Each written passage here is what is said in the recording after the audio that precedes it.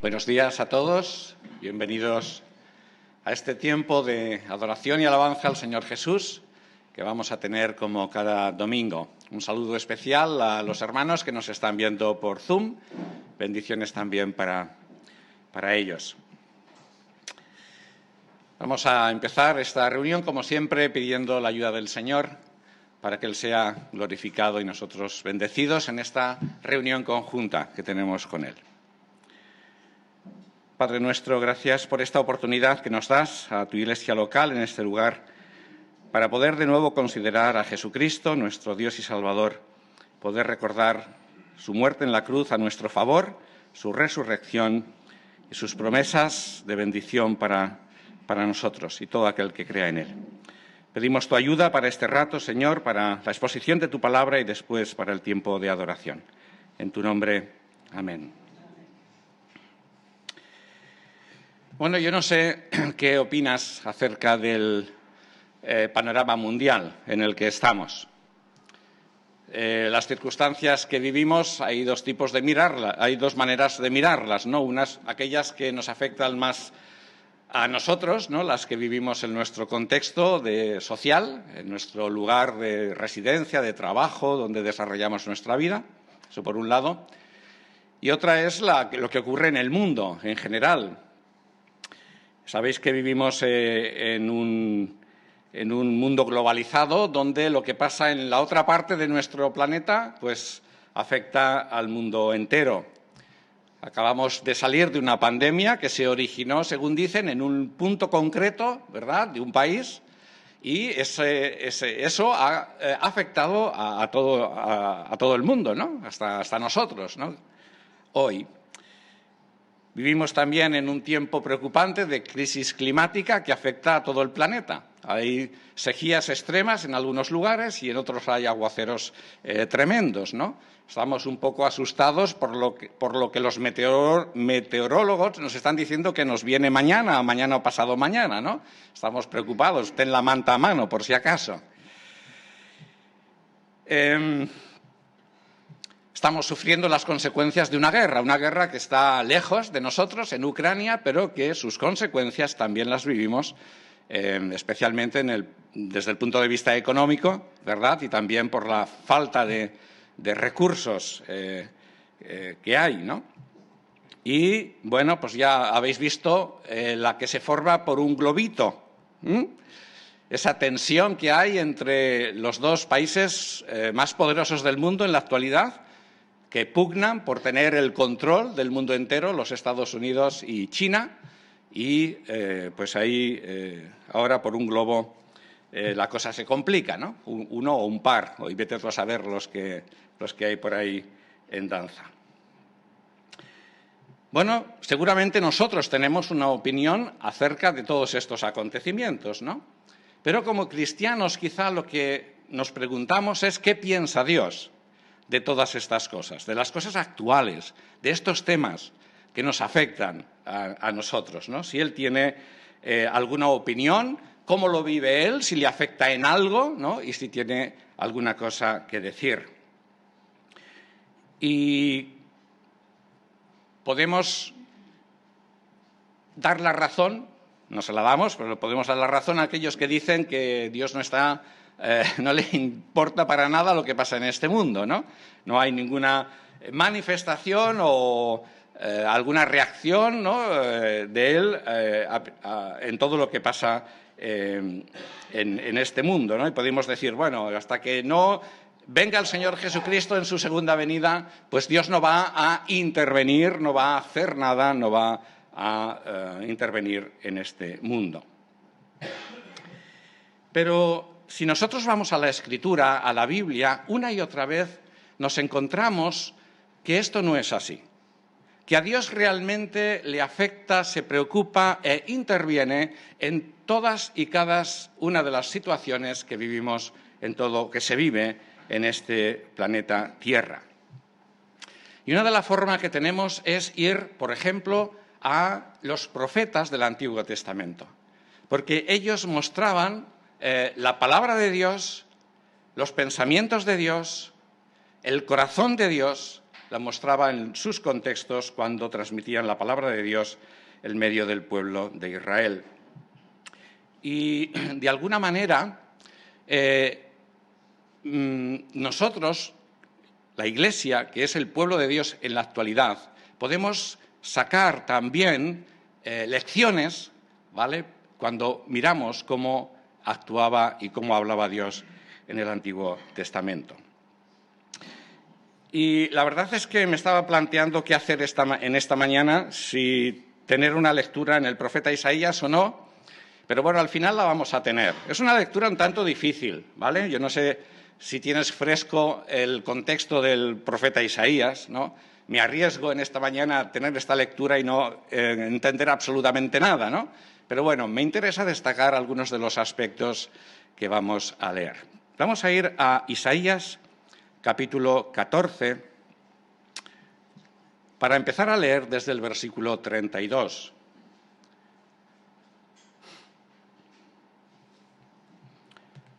Voy a leer en la versión textual. Isaías capítulo 14 y versículo 32. Necesitamos estar atentos. Si es necesario subrayar cositas en tu Biblia o palabras, o algo que no entiendas, apúntalo y luego al final lo podemos discutir o aclarar.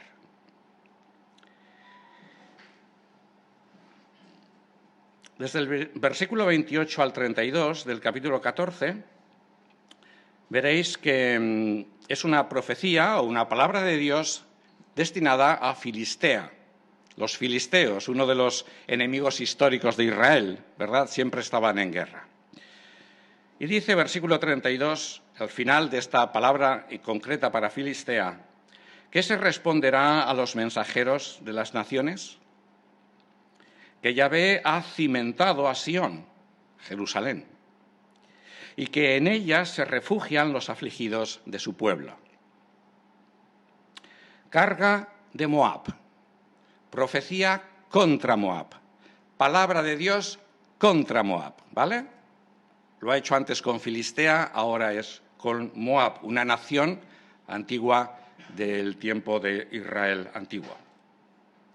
Cierto, la noche que asolaron Ar, sucumbió Moab. Cierto, la noche que asolaron Kir, sucumbió Moab.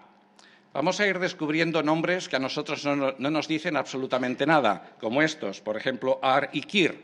Eran ciudades importantes de la nación de Moab, ¿vale? Lo digo porque van a salir unas cuantas ahí. Si ves un nombre raro, es una ciudad de Moab. La hija de Dibón, otra ciudad, sube a los lugares altos para llorar. Se refiere a los habitantes de Dibón. Moab gime sobre Nebo, un monte, la moabita. Lamentad. En toda cabeza habrá calvez y todo brazo herido. En sus plazas se ciñen de saco. Sobre sus cerrados y en sus calles todos lanzan alaridos, deshechos en llanto. Se lamentan Esbón y Eleale, otras ciudades. Hasta Jaaza llega su clamor, otra ciudad. Gimen los guerreros de Moab y el alma de cada uno desfallece, el ejército de Moab desfallece y gimen. Mi corazón clama por Moab. Sus fugitivos se extienden hasta Zoar, hasta Eglat. Por la cuesta de Ulit suben llorando. Por el camino de Horonaim lanzan gritos de quebranto, porque las aguas de Nimrín se han secado, la hierba está marchita y se consume el pasto. Por eso las riquezas que han adquirido y han almacenado las llevan al torrente de los sauces, porque el llanto se extendió a los confines de Moab. Hasta Eglaim su lamento ha llegado hasta el pozo de Elim. Porque las aguas de Dimón están llenas de sangre. Reservo nuevas plagas contra Dimón, el león, contra el resto de Moab, contra los que queden en el campo. Enviad el cordero al soberano de la tierra, desde Petra, bueno, esta sí que la conocemos, ¿no? Petra sí, ¿no? Selas, seguramente ponen otras versiones. Por el desierto, al monte de Sión. Cual ave espantada que huye del nido, Irán las hijas de Moab en los vados de Arnón. Dad consejo, haced lo justo. Haz que tu sombra sea grata como la noche en el ardor del mediodía. Esconde los desterrados y no descubras al fugitivo. Moren contigo mis fugitivos de Moab. Sé para ellos refugio ante el destructor hasta que cese el opresor, hasta que acabe el devastador y el agresor desaparezca de la tierra. En el tabernáculo de David será establecido un trono fundado en la misericordia y la verdad. En él se sentará un juez celoso del derecho, solícito de la justicia. Hemos oído del orgullo de Moab, su gran orgullo, su soberbia, su arrogancia y su insolencia, pero es vana su jactancia, porque Moab gemirá por Moab, toda ella se lamentará por las tortas de pasas de Kir Hareset. Sí, gemiréis enteramente desconsolados. Los campos de Hesbón se marchitarán como las vides de Sibma. Los jefes de las naciones pisotearán sus mejores vides, cuyos sarmientos llegaban hasta Jazer y se desviaban al desierto, cuyos vástagos se extendían y cruzaban las aguas. Por eso lloro con el llanto de Jazer, por la viña de Sibma. Te regaré con mis lágrimas, Hesbón, y también a ti, Eleale, porque sobre tus cosechas y tus siegas caerán clamores de guerra. Se retirará del campo el gozo y la alegría. No cantarán jubilosos en las viñas, ni pisarán el vino en el lagar, porque habré hecho cesar los cánticos. Por eso mis entrañas vibran como un arpa por Moab, y mi pecho por Kir Hareset. Y cuando Moab se muestre cansado sobre los lugares altos, cuando entre a orar en su santuario, de nada le servirá. Esta es la palabra que Yahvé habló antes acerca de Moab, pero ahora Yahvé habla diciendo: dentro de 3 años, años de jornalero, años literales, la gloria de Moab será abatida con toda su gran multitud, y los que queden serán pocos, escasos y sin ningún valor. ¿Qué te ha parecido esta lectura?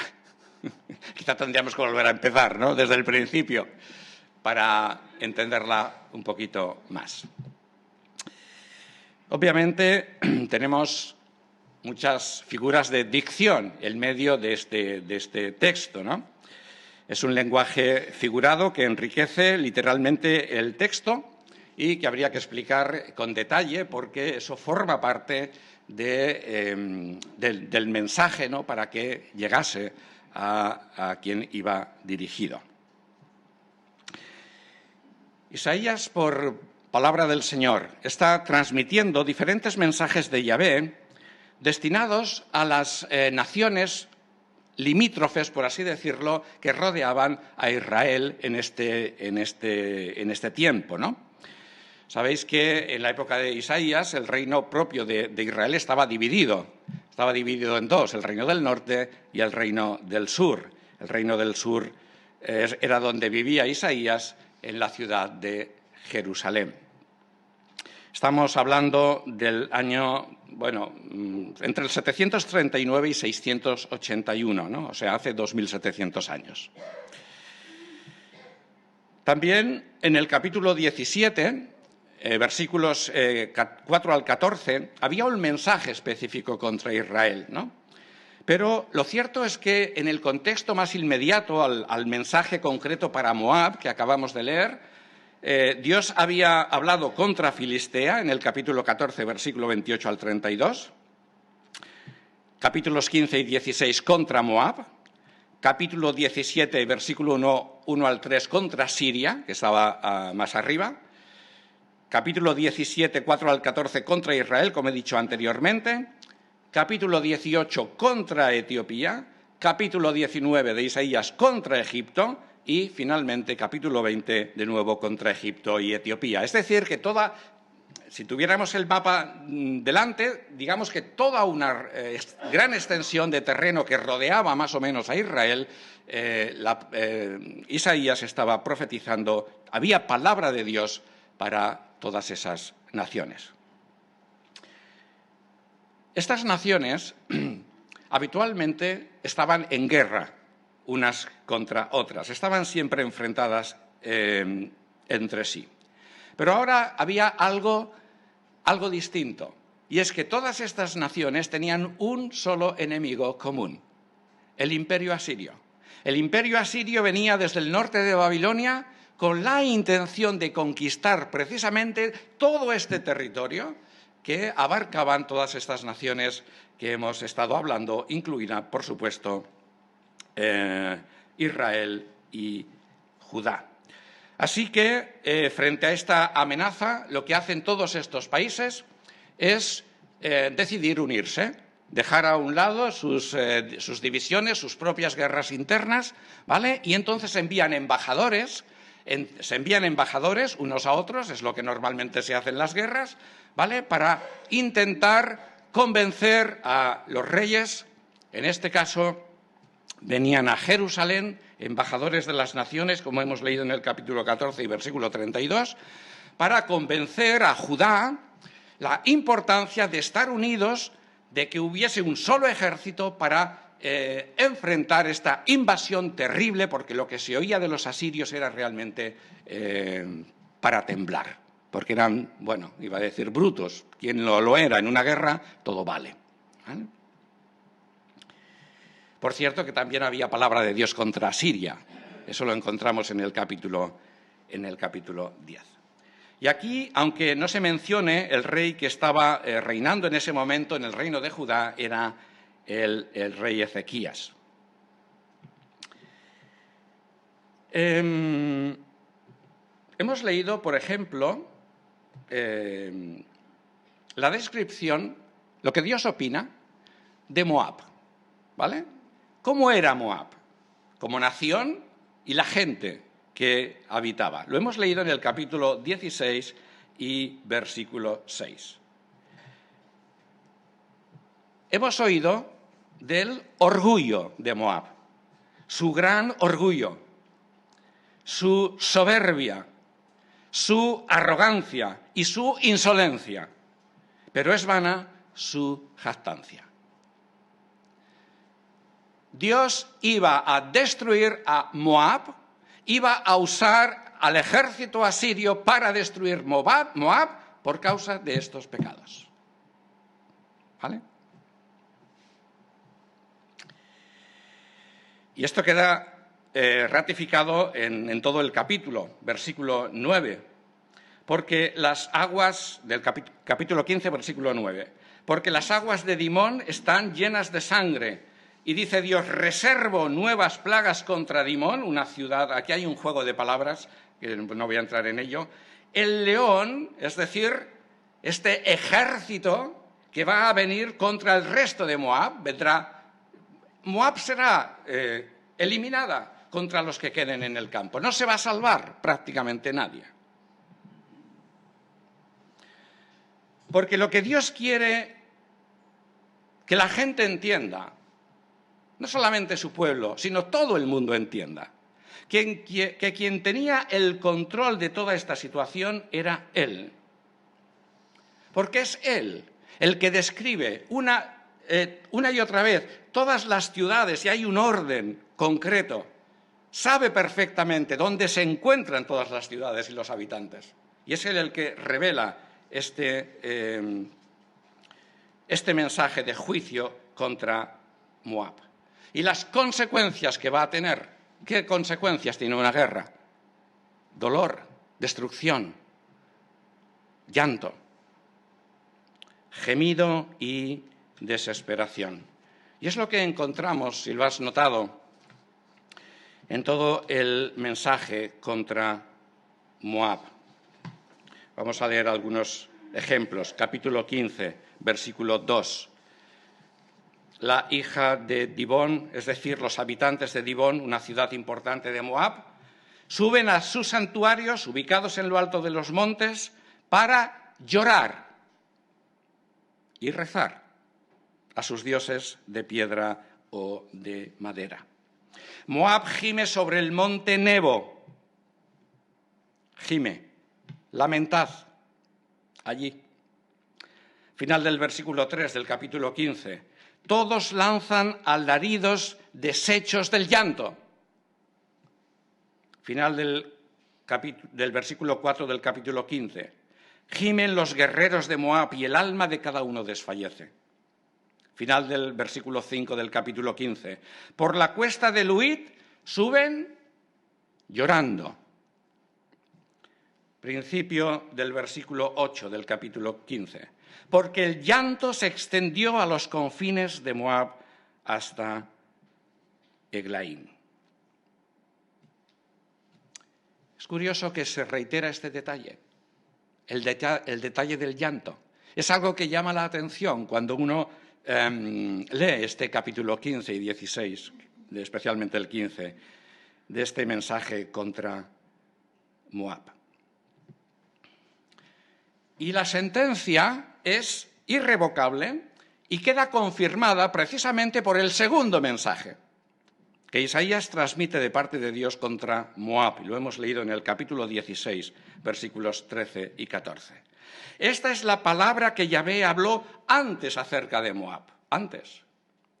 Pero ahora hay otro mensaje para Moab. Yahvé habla diciendo, dentro de 3 años, años de jornalero, la gloria de Moab será abatida con toda su gran multitud, y los que queden serán pocos, escasos y sin ningún valor. Y el ejército asirio destruiría Moab.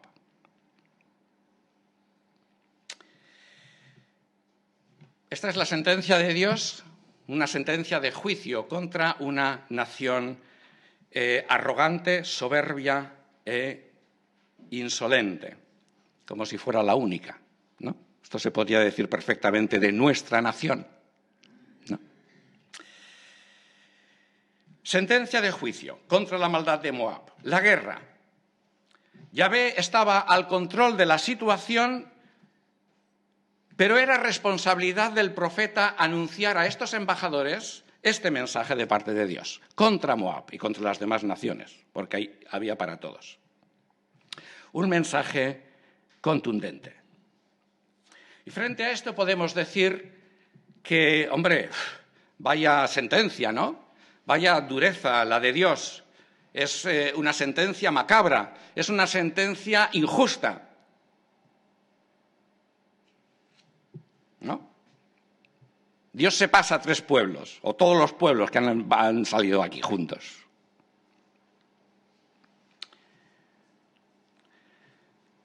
Pero si nos hemos fijado bien, no solamente lloran los habitantes de Moab. El texto nos ha hablado de alguien más que llora. Por eso es importante este vocablo en este capítulo. Hay alguien más que llora con ellos. Hay alguien más que se conmueve por las consecuencias de la guerra. Si consultáramos cualquier comentario bíblico, sobre todo antiguo, pondrían que es Isaías el que se conmueve al transmitir este mensaje. Pero no es correcta esta interpretación. No. ¿Quién es el que llora con Moab? Me voy ya. Muy bien, muy bien. Vamos a verlo. Capítulo 15 y versículo 5.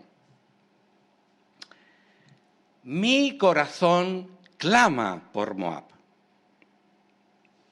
Capítulo 16 y versículo 9. Por eso lloro con el llanto de ellos, con el llanto de Jazer, por la viña de Sibna. Ellos lloran, yo también. Te regaré con mis lágrimas, Hesbón, otra ciudad, y también a ti, Eleale, lloraré. Porque sobre tus cosechas y tus siegas caerán clamores de guerra. Versículo 11. Por eso mis entrañas vibran como un arpa por Moab y mi pecho por Kir Hareset.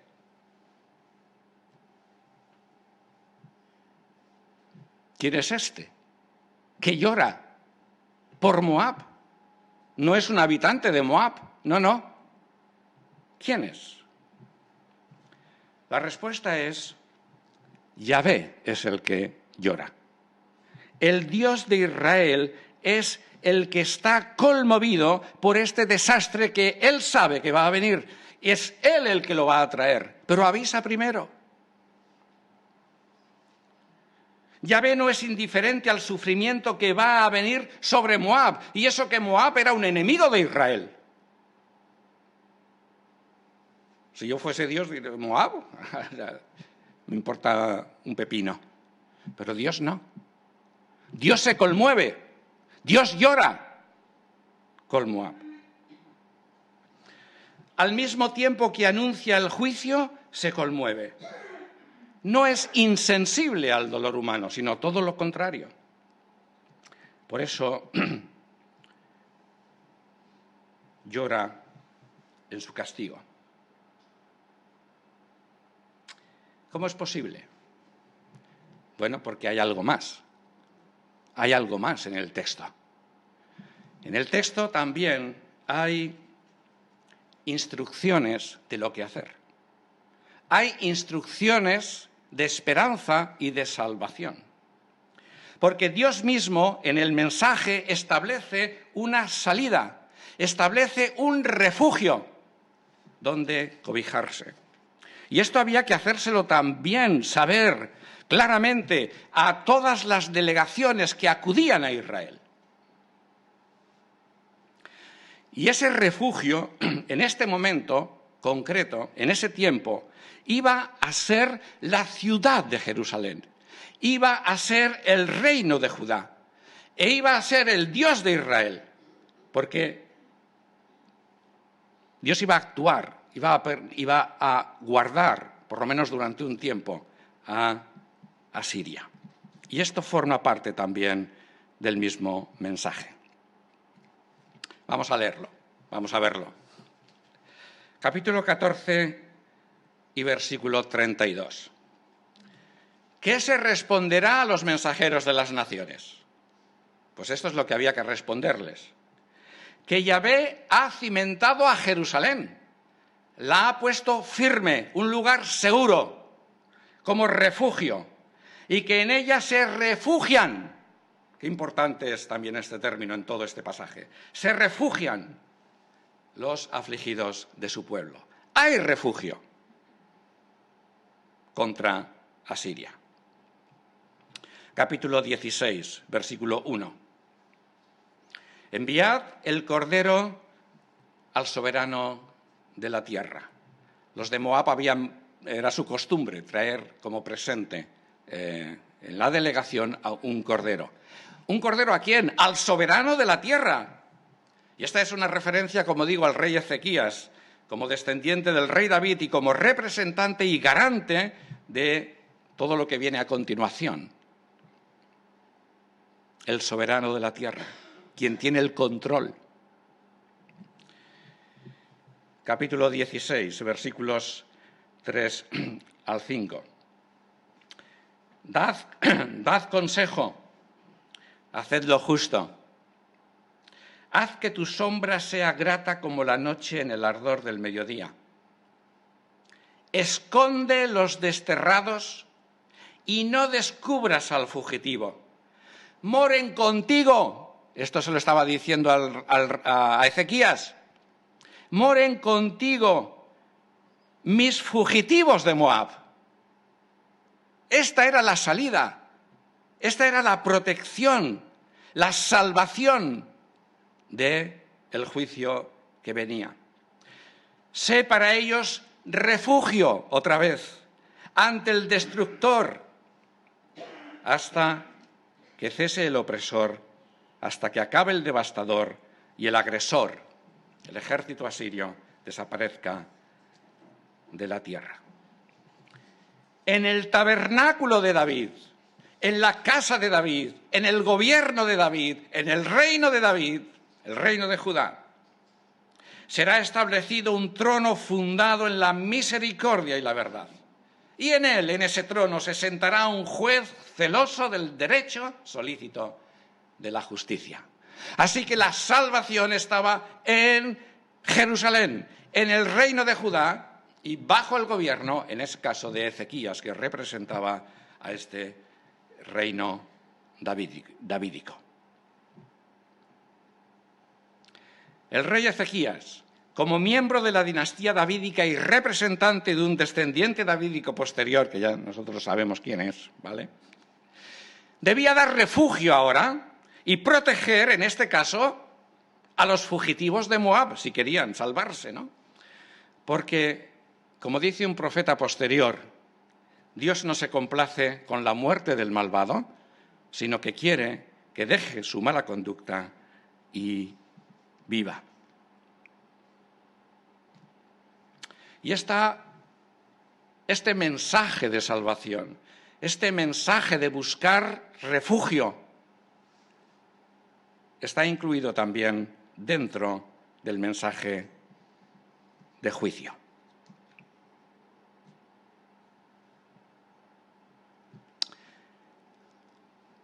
Había habido un precedente de un personaje moabita, alguien moabita, que se le dijo: Yahvé te recompense, Yahvé, el Dios de Israel, bajo cuyas alas has venido a refugiarte. ¿Quién sabe su nombre de este personaje? Ruth. ¿Qué dijo Ruth? Tu pueblo será mi pueblo y tu Dios será mi Dios. ¿Acaso no busca esto Dios? Ruth, la moabita. Y si piensas que el Dios del Antiguo Testamento, como dicen muchos, es diferente al del Nuevo. El Dios del Antiguo Testamento es un Dios sanguinario y cruel, y únicamente castiga. Estamos viendo en esta profecía, una profecía contra la nación de Moab, en este caso, que lo desmiente categóricamente. Dios es justo y santo y no tolera el castigo, y no tolera el pecado, y lo tiene que castigar. Esto lo vemos con Jesucristo, ¿verdad?, que muere por nuestro pecado. Tiene que haber castigo contra el pecado y la maldad. Pero al mismo tiempo da una salida, un mensaje de salvación. Lo hay, claro que sí. Pero bueno, también podemos pensar que este llanto, este dolor de Dios que se menciona en este texto, forma parte del lenguaje retórico, ¿no?, como está usando el profeta a lo largo de su escrito, ¿no? De todas maneras, tiene que ser forzosamente, como se dice en teología, un lenguaje antropomórfico, ¿no? Porque Dios es espíritu y aunque tiene la capacidad de ver, no tiene ojos físicos para ver, ¿no? Y aunque tiene la capacidad de hablar, pues no tiene boca y por eso usa a sus portavoces humanos para que vayan con su mensaje al pueblo.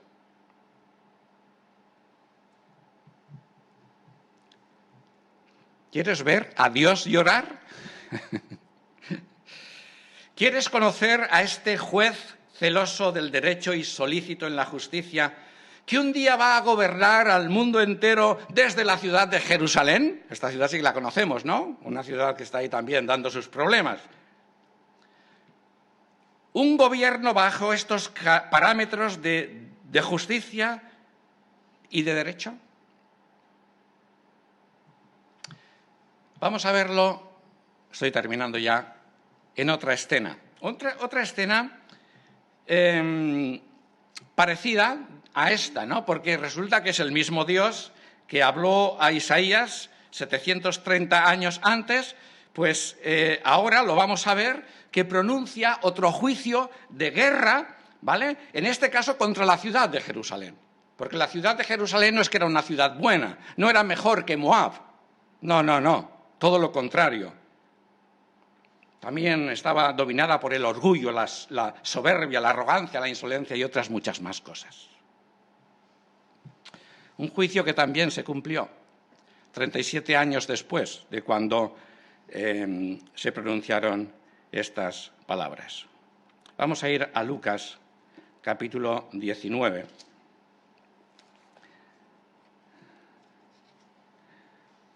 versículos 41 al 44.